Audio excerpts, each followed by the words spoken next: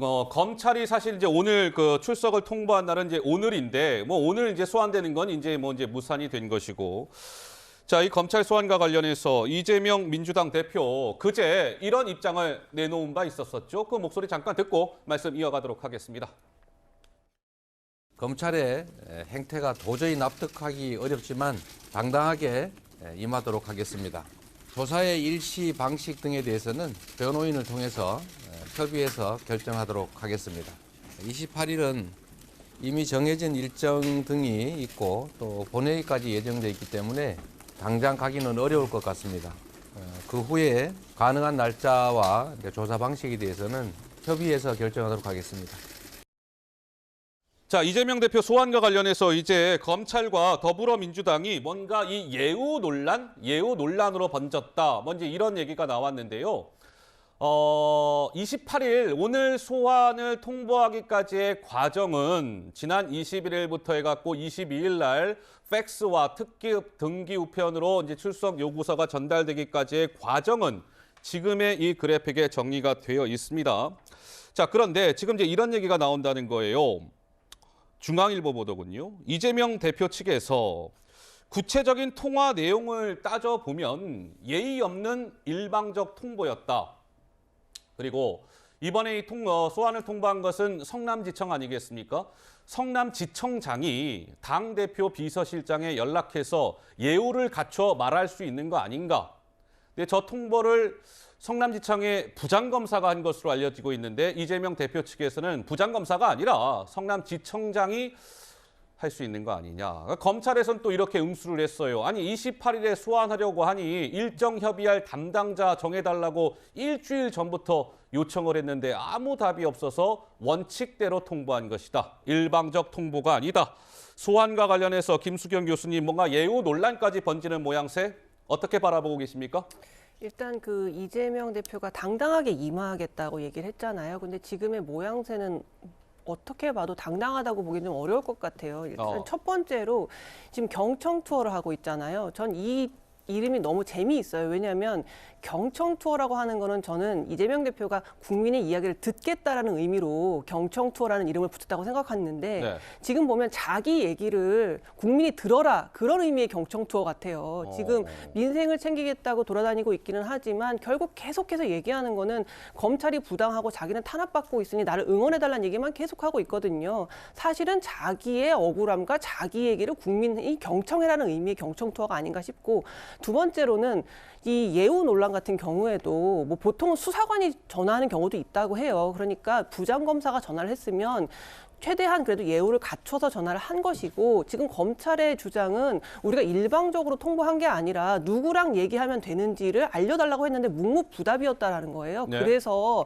등기우편도 보내고 팩스도 보냈다는 건데 민주당에서는 팩스 한 장 띡 보내고 말았다 이런 식으로 사실 호도했잖아요. 그리고 굉장히 지역적인 문제잖아요. 소환을 통보했고 그래서 나오면 나오는 거고 아니면 아닌 것이지 예. 지청장이 직접 전화 안 해가지고 내가 못 나가겠다 그런 이야기는 사리에 맞지 않다고 생각하고요. 또 세 번째로 웹자보로 이제 뭐 검찰의 조직도 같은 명단. 것들을 예. 뭐 돌리고 거기에 윤사단이라고 이름을 딱 붙여가지고 돌렸는데 이런 것도 결국은 좌표찍기로 볼 수 있는 소지가 너무나 많다. 그렇기 때문에 이 이재명 대표의 대응은 어느 모로 봐도 당당하다고 보기는 참 어렵다라고 저는 생각합니다. 근데 양지열 변호사님 어떻습니까? 뭐 이재명 대표 측에서는 그래도 제1야당의 169석의 거대 야당의 대표를 소환하려면 성남지청장 정도가 대표실에 전화를 해서 이재명 대표님 언제 몇 시에 소환을 좀 조사를 받으셔야겠습니다라고 전화를 했었어야 되는 거 아니냐라는 건데 보통 저렇게 뭐 지청장이나 이런 사람들이 전화를 합니까? 어떻습니까? 뭐 지청장이 전화를 하는 경우 자체는 드물죠. 근데 이제 일반적으로 아까 잠깐 얘기를 하신 것처럼 그냥 보통의 사람들에게 전화를 할 때도 언제 날짜를 미리 정해놓고 그때 소환하려고 하는데 괜찮냐 이런 식으로 하지는 않아요. 네. 지금 조사가 필요한 상황이다라고 해서 그때부터 조율에 들어가는 거고 그리고 지금 지청장이 같은 경우는 민주당에서는 그런 말을 한 사실이 없다라고 하고 있거든요. 모르겠습니다. 관계자들과 연락을 하다가 누군가가 그런 뭐 말을 꺼냈을지 몰라도 그거를 이재명 대표 측에서 지청장이 연락해라라고 공식적으로 그렇게 얘기하는 건 아니라는 것이고요. 지금 말씀드린 것처럼 팩스로 한다거나 통신문이 간다는 것 자체가 검찰에서 어떻게 보면은 적극적으로 더 연락을 취하려고 애를 쓴 그런 적이 없다라는 거죠. 변호사를 보통의 경우는 이렇게 해요. 저희가 일반 사건일 경우에 만약에 누군가가 연락이 왔다. 그러면 그분이 변호사를 선임을 합니다. 그래서 그 변호사가 검찰 측하고 조율을 해요. 그렇게 해서 날짜를 맞추는 게 일반적이에요. 예. 근데 그것보다도 좀 급하게 된 것 같고 보통 지금 야당 대표가 뭐 공인이라서 사실 이 사람을 존중해서의 의미가 아니라 이게 일주일 정도의 6일 정도의 차이를 두고 연락하는 건 너무 촉박한 사실이잖아요. 그러니까 민주당 쪽에서 반발할 수밖에 없고. 그러니까 제가 뭐 정치적인 얘기긴 합니다. 우리 김수경 교수님께서 뭐 경청인데 왜 자기 얘기만 하냐고 하셨는데 민생 통보와 관련해서 얘기 나온 건 언론에 안 알려질 뿐이죠.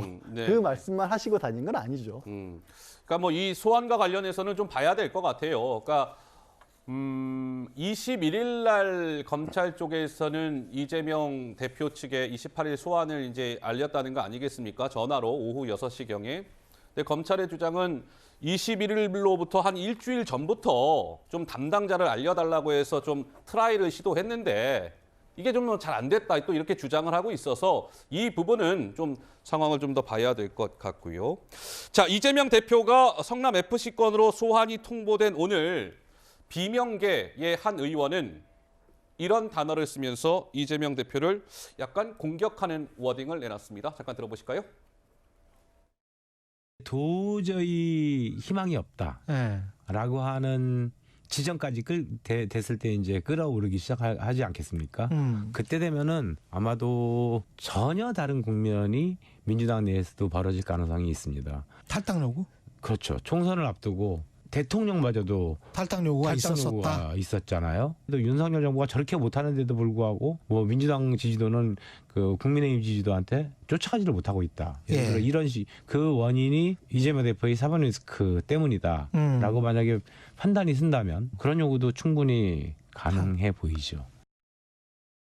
자, 이원욱 의원은 이제 이재명 대표의 뭐 탈당까지 언급을 하고 나섰습니다. 윤 정부가 저렇게 못하는데도 불구하고 민주당 지지도가 국민의힘 지지도 쫓아가지 못하고 있습니다. 그 원인이 이 대표 사법 리스크 때문이라고 판단이 선다면 그런 요구라는 것은 탈당을 이야기합니다. 탈당 요구도 충분히 가능해 보인다. 이원욱 의원의 오늘 발언이었습니다. 장 이사장 한 말씀 하실까요? 그러니까 제가 최근에 뉴스나 인터뷰를 보면요. 네. 소위 비명계 또는 친문계, 지금 이재명 대표와 대척점에 서 있는 민주당 정치인들이 전략을 좀 바꾼 것 같아요. 어떻게 해요? 처음에는 이제 사법 리스크에 집중했다면 이제는 사법 리스크 자체보다는 당 지지율 올라가지 않는다. 여기에 대한 정치적 책임을 져라라는 식으로 이원욱 의원이나 조응천 의원 등등의 메시지 결이 최근 한 일주 사이에 바뀌고 있거든요. 그러니까 사법 리스크 자체는 뭐 공직선거법 기소된 것이 아마 1심 판결이 가장 먼저 나올 겁니다. 이건 총선 전에 나올 확률이 높고요. 이번에 소환 통보받은 성남FC 사건이나 다른 여러 뭐 대장동, 백현동, 변호사비 대납 등은